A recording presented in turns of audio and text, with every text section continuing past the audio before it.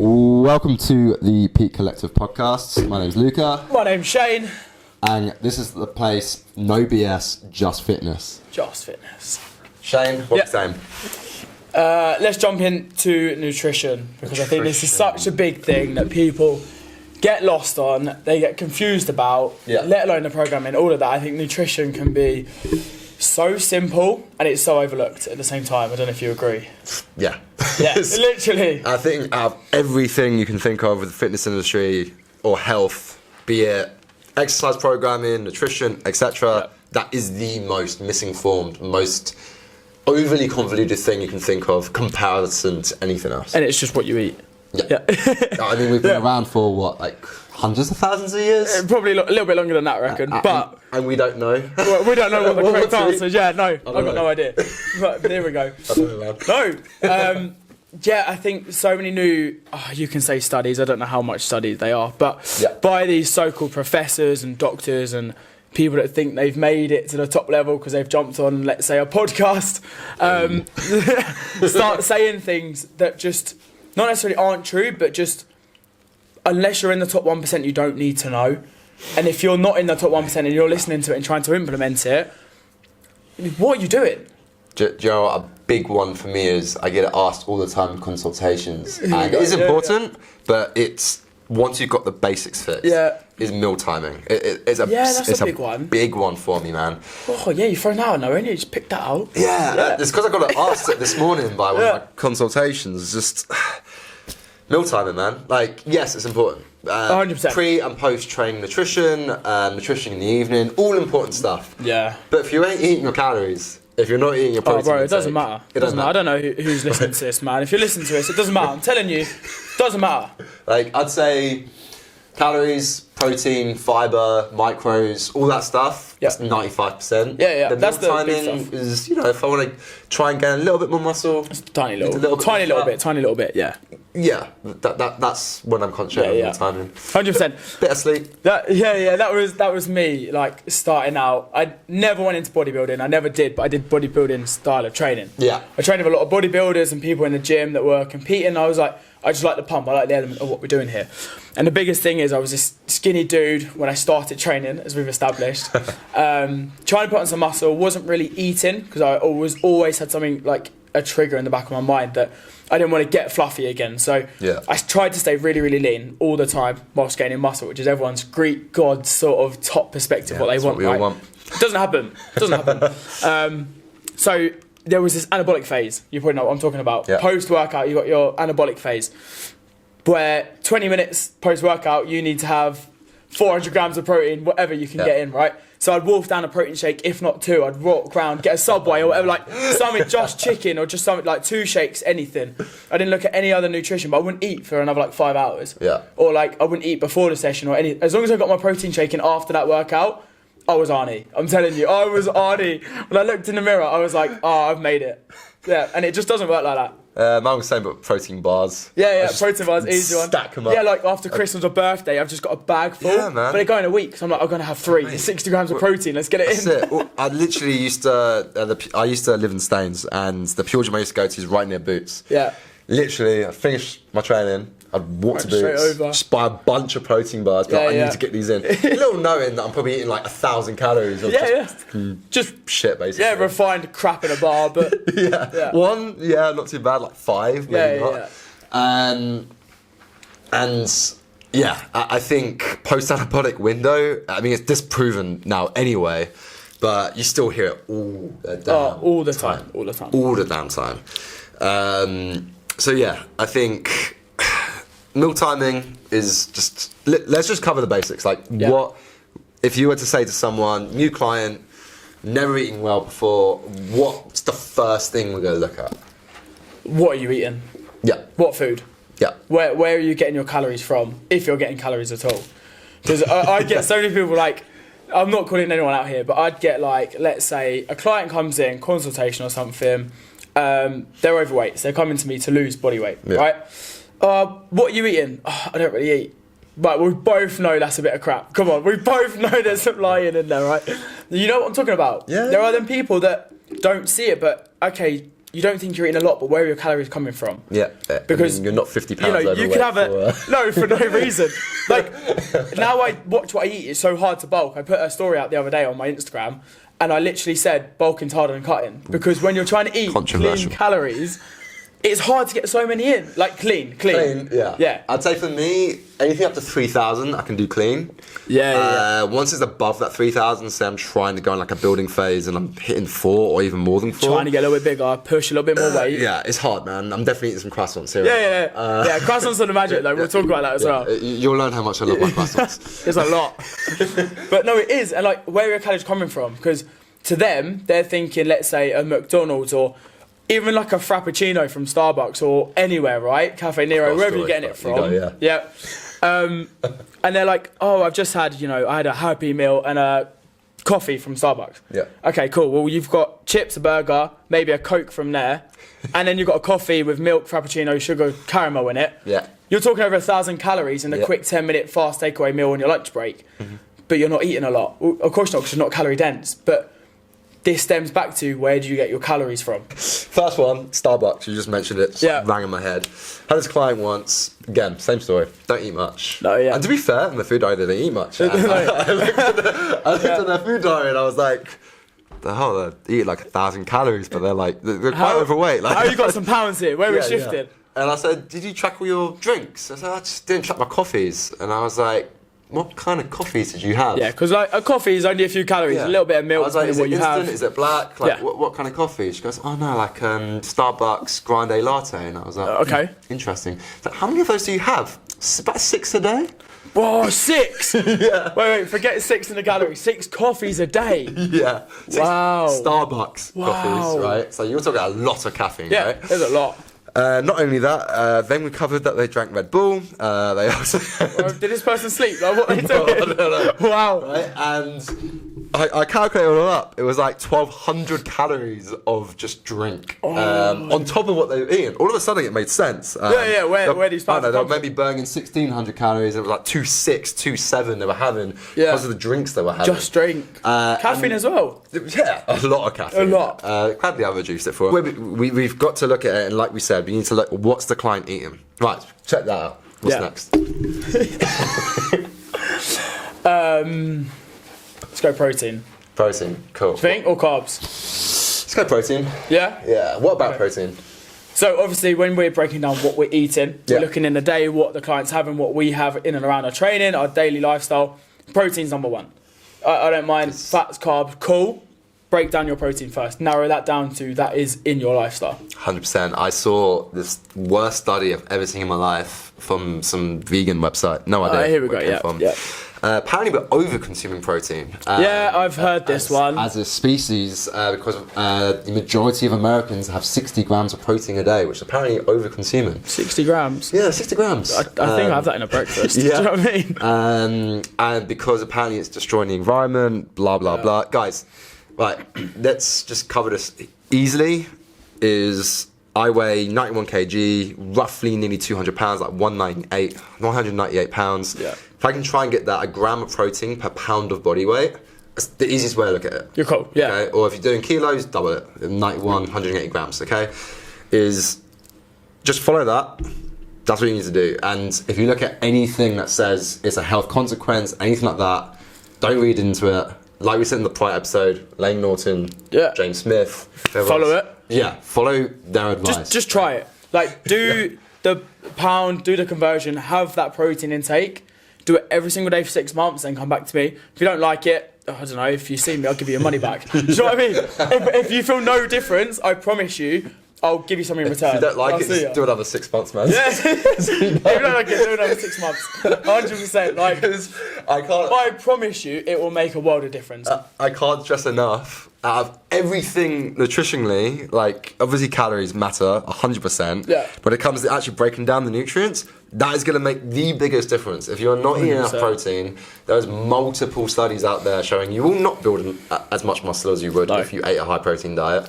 But not only that, health as well. We have legit studies showing the more protein you eat, the more muscle mass you just carry without even training, which as you get older, as you age, it's very, very so much more important just for your functional day-to-day life, like just to actually survive and move well. 100%. Osteoporosis, osteoarthritis, all these types of things can maybe not be reversed, but a lot Definitely better. slowed down by what we've seen. 100%. Yeah. Massive study that's come out on protein intake as well. I don't know if you've seen this.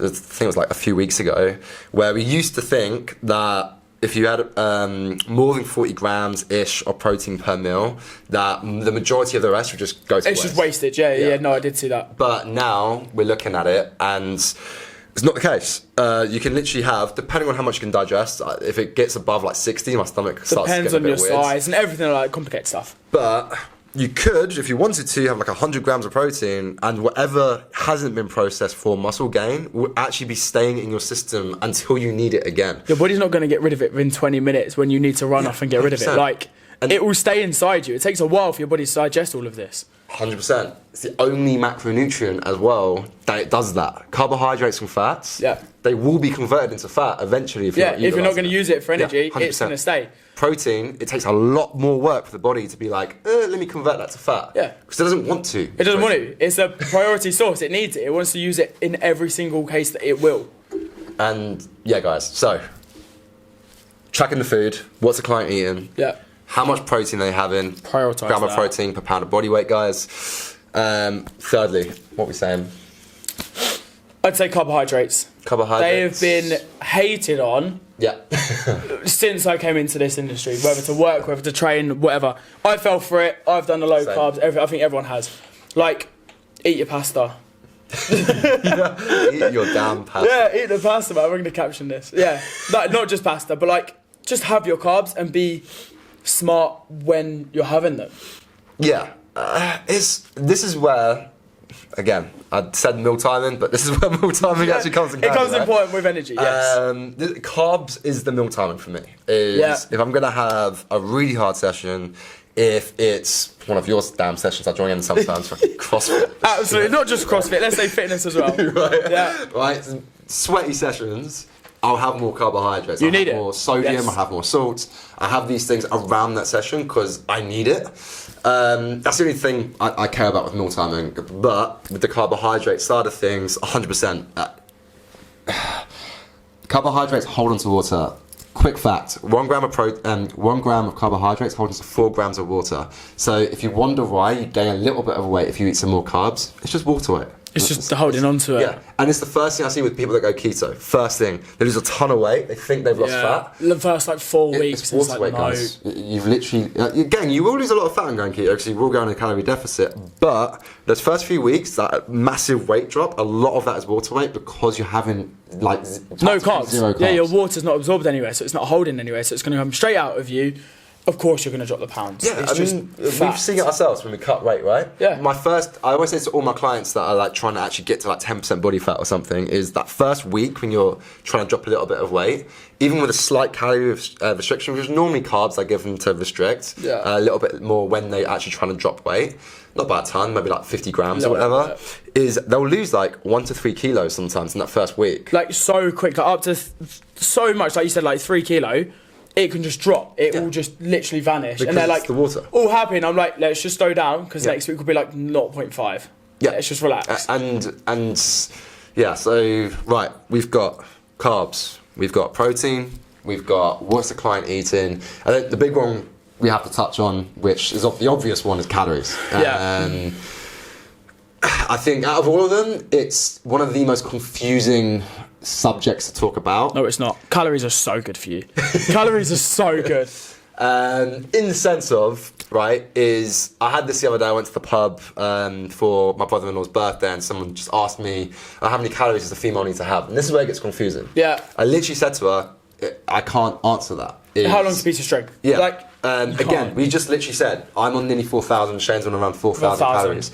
I would not give that to the majority of people. It's only with the amount of activity we do and experience and our metabolism that we need that. Some people, I see it where they only eat 2,000 calories, but they're really overweight. And this is where calories comes a bit more confusing. The main thing, and we'll get into what you do with your clients, I try and do is find what your maintenance calories are 100%, first. And then go from there. Yeah. Yeah, if you're not looking at your maintenance, you've got no guidance to build from. And I think that's just rule number one. Like, you obviously did it back in the day, I obviously did it. You find out where you are. That is a trial and error process in itself. Yeah. Let's just say right now it might be 2,500. Yeah. If you stay on that for 3-4 weeks and you're still putting on weight, take it down by 150, 200. Yeah. Let's go down to 13. Like, let's say we bring it down and we're going to take it to 2,300, somewhere around there, maybe a little bit lower. Okay, I'll start dropping now. Keep it where it is. Keep that at your maintenance. Don't drop too low. Stay around. Then drop again. Then drop again. Like, slowly at a time until you get to the point where you're happy where you are. And that's it. That's as simple as we can make it. Literally, right? That's a breakdown of how I do it with my clients. Is work, if you haven't got a PT, if you're just watching us, is find out your maintenance. Just find what's keeping the weight you're on, cut from there. Just slowly, like Shane said. And that's the easiest way to go about with calories. Calories out portion, a bit more... yeah, it's a little bit harder. That is harder. Right? Again, metabolism is so confusing. If you want to see how confusing it is, just type in metabolism equation.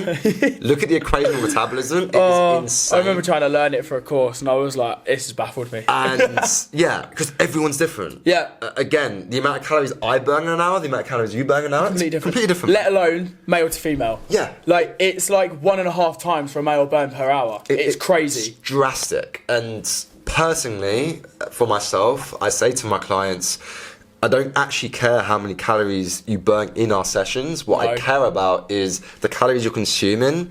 Is that dropping weight? Is that gaining weight? What are we doing with the eating habits? Whilst you're being active, obviously we need to be active. Yeah, we need to be keeping it up. But there's nothing out there that's going to give you the precise amount of calories you're losing. I see this all the time. And, I can run on a treadmill. It's going to give me an average, you've lost 100 calories. You've lost 100. I don't know. Have I? No. I don't know. I could have lost 300. I could have lost 10. No one knows. Literally. Like, I see it all the time. Obviously, I've been wearing a Whoop for a couple of years now. Yeah. You just got yourself one. Yeah. People wear Garmin's, Apple Watches, Fitbits, other makes and brands are all out there. And then a client recently of mine, I referred them onto Whoop just because it's in depth. I quite like it. We've been training for about 4 years now. So it's kind of where we go in the next step, recovery, looking where we're at. And he was like, my calorie burn per day is really low.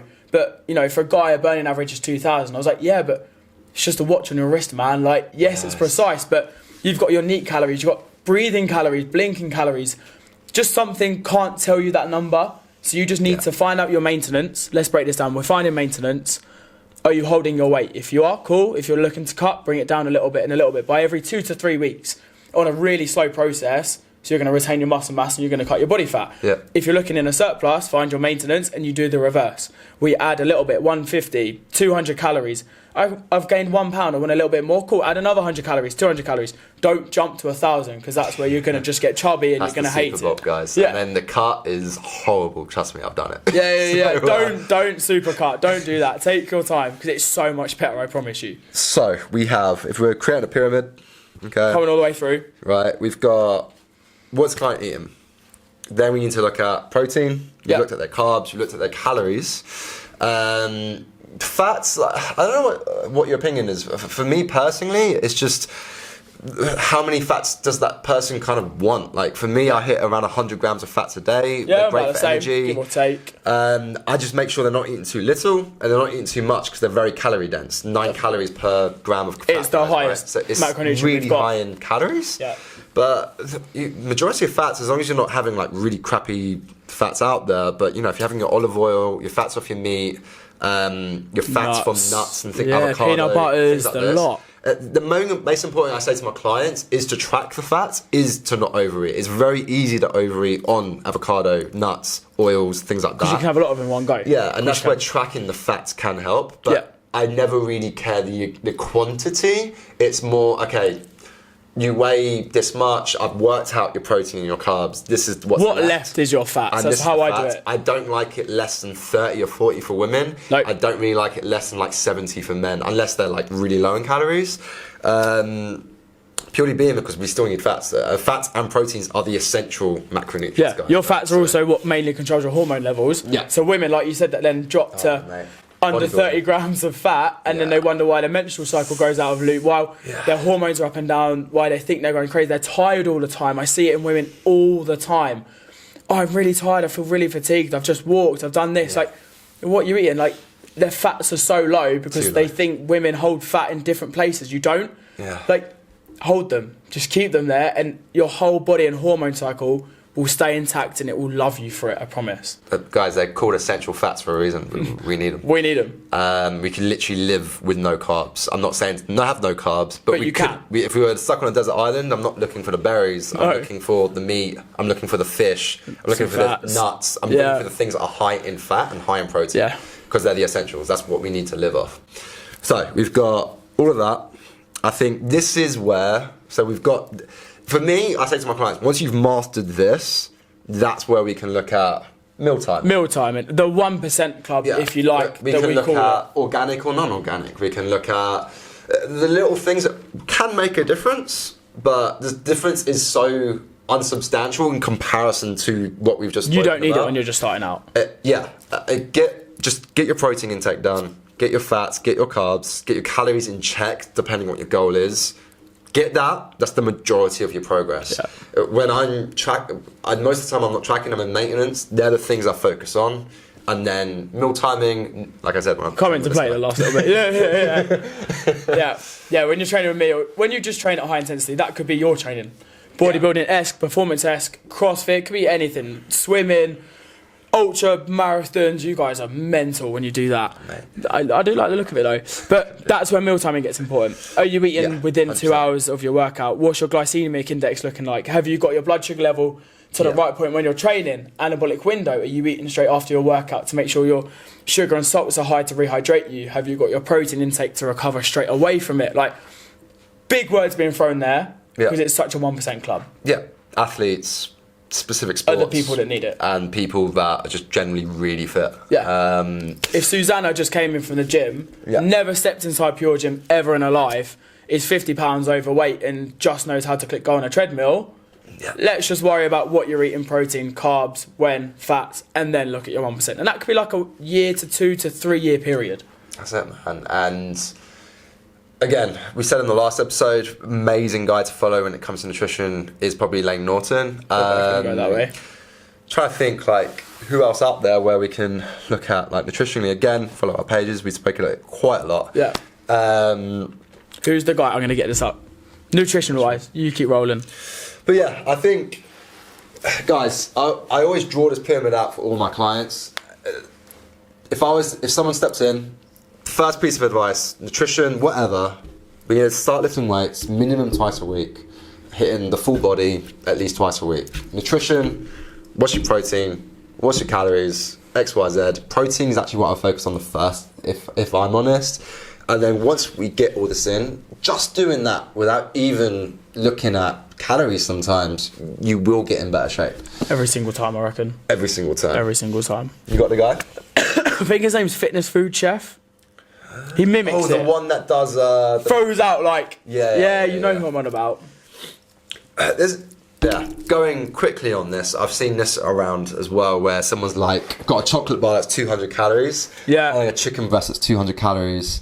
And they're like, same calories, bro, or something like that. Like, if it fits your macros kind of crowd. Yeah. Guys, it was just it's nutritionally, what's in a chicken breast versus what's in a chocolate bar. Okay, the calories might be around the same. But this is going to contain a ton of protein. It's going to contain a ton of essential nutrients that we need on a daily basis. You're talking creatine, you're talking a ton of vitamins. Amino acids. Everything that we need, right? That's a chocolate bar with mainly sugars, and it tastes great. Yeah, that's the most important part. Don't leave that out with me. But don't just look at the calories. No. Look at what we spoke about, the protein intake. That's the key. Yeah, 100%. Cool. I think we'll wrap that one up. We spoke for quite a while on that one. That's quite a long one.